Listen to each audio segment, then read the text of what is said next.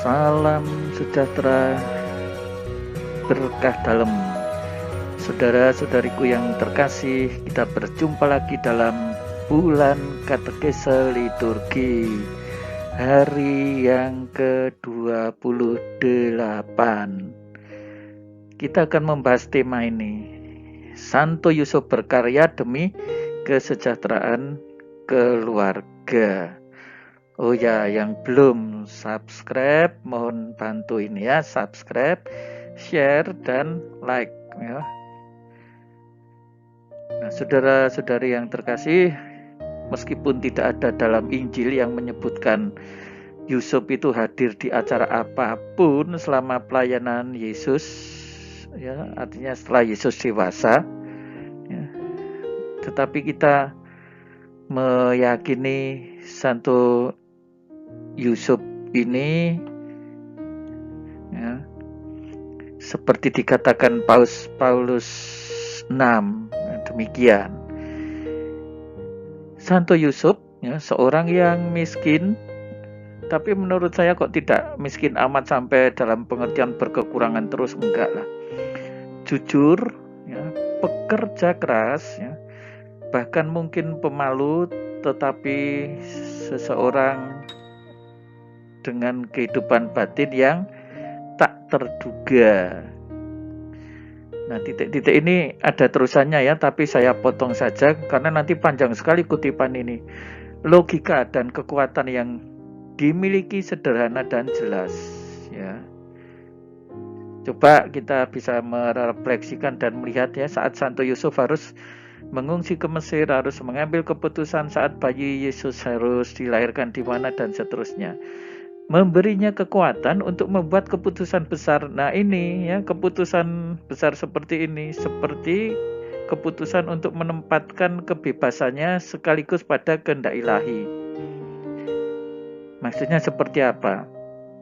Dia kan seringkali punya rencana, misalnya menceraikan Ibu Maria dengan diam-diam ya, tetapi ya dia lebih mengikuti kehendak ilahi ketika malaikat mengatakan jangan takut mengambil Maria sebagai istri.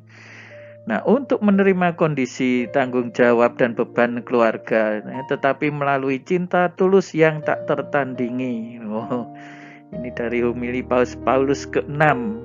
Wah, tahun 69. Tetapi Paus pada masa itu memuji-muji Santo Yusuf sebagai seorang yang bertanggung jawab, yang mau memikul beban keluarga, ya, sehingga keluarganya cukup sejahtera, tidak kaya banget, tetapi sejahtera.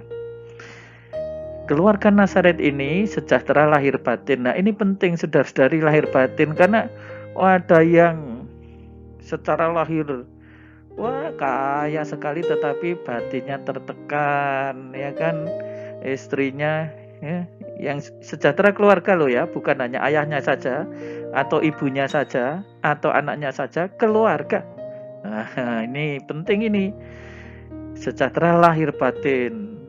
Wah, secara lahir sejahtera, punya rumah sekian banyak, punya pabrik, punya mobil sekian, tapi batin aduh menderita. Atau sebaliknya, wah secara batin katanya luar biasa, rajin berdoa, tapi sehari-hari aduh hidupnya itu, istilah orang Jawa itu mengkis-mengkis atau berat untuk kehidupan sehari-harinya. Ya mungkin belum sampai sejahtera lahirnya, tapi ya harus diperjuangkan terus ya. Nah ini harusnya seperti apa supaya keluarga itu sejahtera lahir batin? Bapaknya rajin bekerja, oh ya kan? Bapaknya rajin bekerja enggak? Ibu bapaknya rajin beribadah. Jangan ibunya saja yang ibadah, bapaknya entah kemana. Atau bapaknya rajin beribadah, ibunya rajin tidur. Nah, dari mana kita tahu?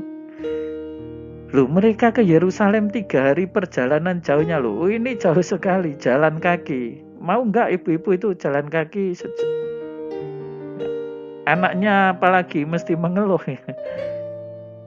Nah, ibunya ya relasi sosialnya juga baik. Ya, ini keluarga sejahtera lahir batin kok. Mengunjungi Elizabeth, ya kan? Oh, ini kan berarti relasi sosial dengan saudaranya baik, ya kan? Hadir dalam pernikahan di kota Kana, ya kan? Berarti ya baik kan hubungan dengan relasi tetangga atau apa. Nah, kalau di sini kayak siapa ya? Ya, kalau ada seperti ini ya syukur, disyukuri saja. Gitu, ya sederhana kan? Nah, jangan sampai justru terjadi sebaliknya ya, saudara-saudari.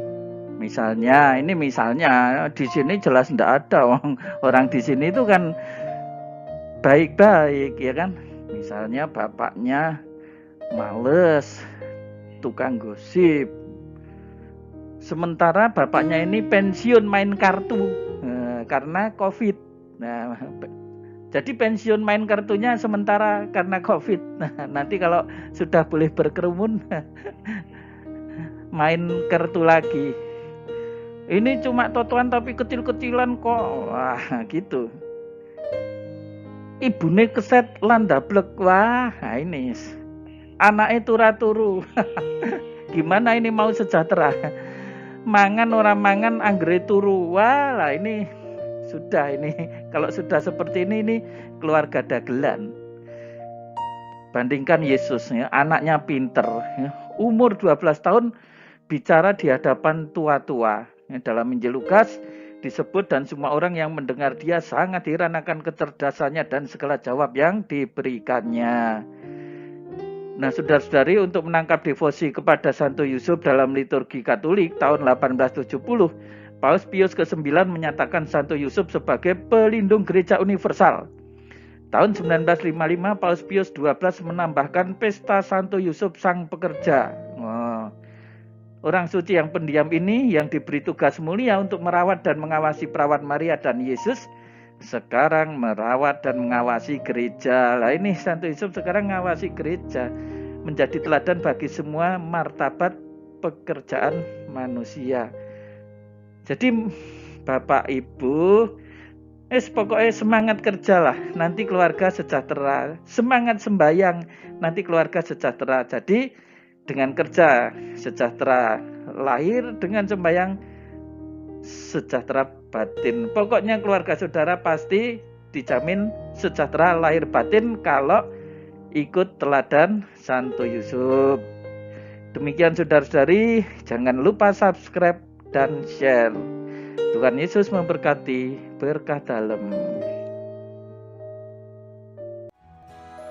Saudara-saudari sekalian, pekerjaan saudara, aktivitas saudara, keluarga saudara dilindungi dan diberkati oleh Allah yang Maha Kuasa, Bapa dan Putera dan Roh Kudus.